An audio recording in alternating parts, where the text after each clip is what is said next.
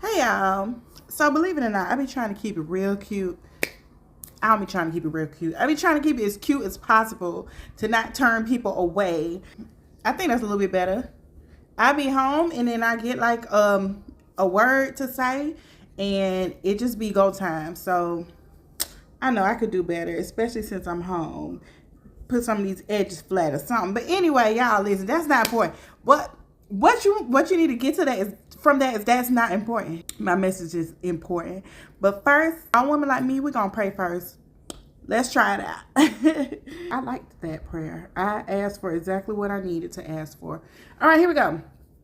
So, my word of encouragement that I have for you today has to do with the way that God speaks to me. Now, I'm going to be completely transparent.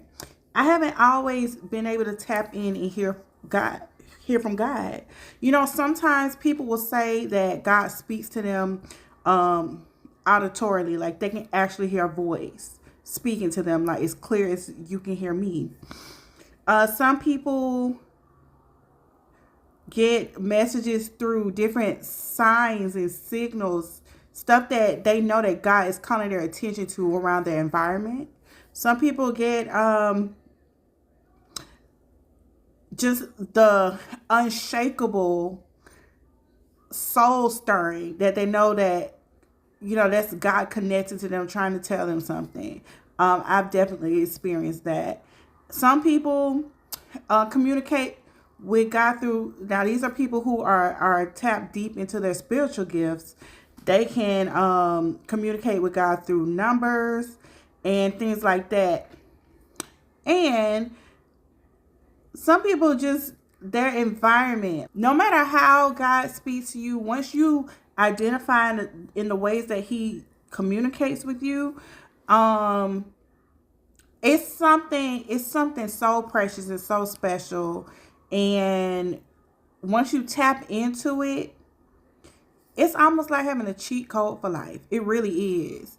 Like, I find myself asking God I won't say everything, but so many things that, you know, I'm concerned about. Like, should I eat this, God? And I'm trying to tell you, and like I said, it's like a cheat code to find out and know and tap into the ways that you may be able to hear from your creator. The omniscient, omnipresent, the omnipotent.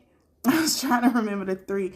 Somebody who knows everything, is everywhere, and has all power. How can you not want to be able to tap in with that?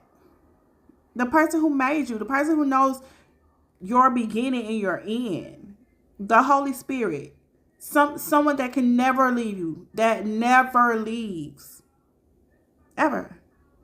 So, one thing that I do want to say is a way that God communicates with me is, if you've been, you know, viewing me for a while, you know, I have this thing with music.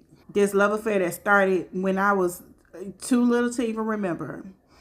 Um, I've also mentioned to you guys that, you know, I hear music all day in my sleep, just music, just everything. First love. He communicates with me through song a lot.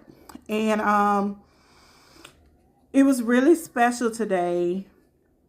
He showed me a song, and I'll put it in the comments. You're probably familiar with it. Open My Heart by Yolanda Adams. And it just was so beautiful. It just touched me in a way that it had never touched me before, because it was literally describing how I've been feeling towards God. And it was like in the middle of an R&B mix. So God slid it right on in there. I'm telling you, he can do things like that. Omnipotent. He can do God can do what he wants to do. And that's another thing people need to realize. Folks love to put God in a he wouldn't do that and he ain't gonna say that kind of box. God can do whatever he wants. That's what people need to realize. If there's an all powerful being that can manipulate and change anything, it's either you don't believe that, or like, it's that you can't possibly believe that if you're gonna put him in a box. as if God isn't who he said he is. Like, no. Music, he knows all of it. Wasn't nothing done in secret. Nothing, period. So if he wants to use the religious spirits, be so, secular.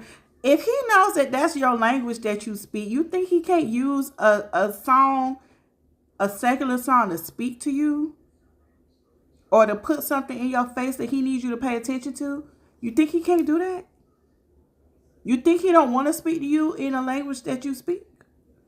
Like, no. So, like, that's another one of the points. Get God out of your little box. He can do whatever he want to do. Okay? But back to the encouragement.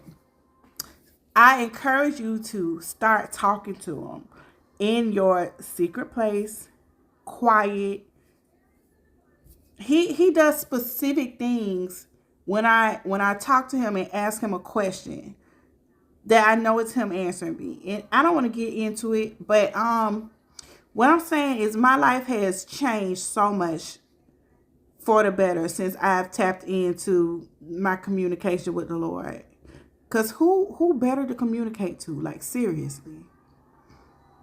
I encourage you to take some time and see where your relationship can go. He wants a intimate relationship with you. And the most intimate is in your quiet time when it's just you and him, you talking to him and you getting that word out, because he will use that to speak to you as well. If you know, you know.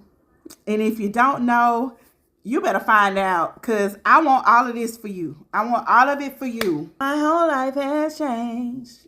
Bye, y'all.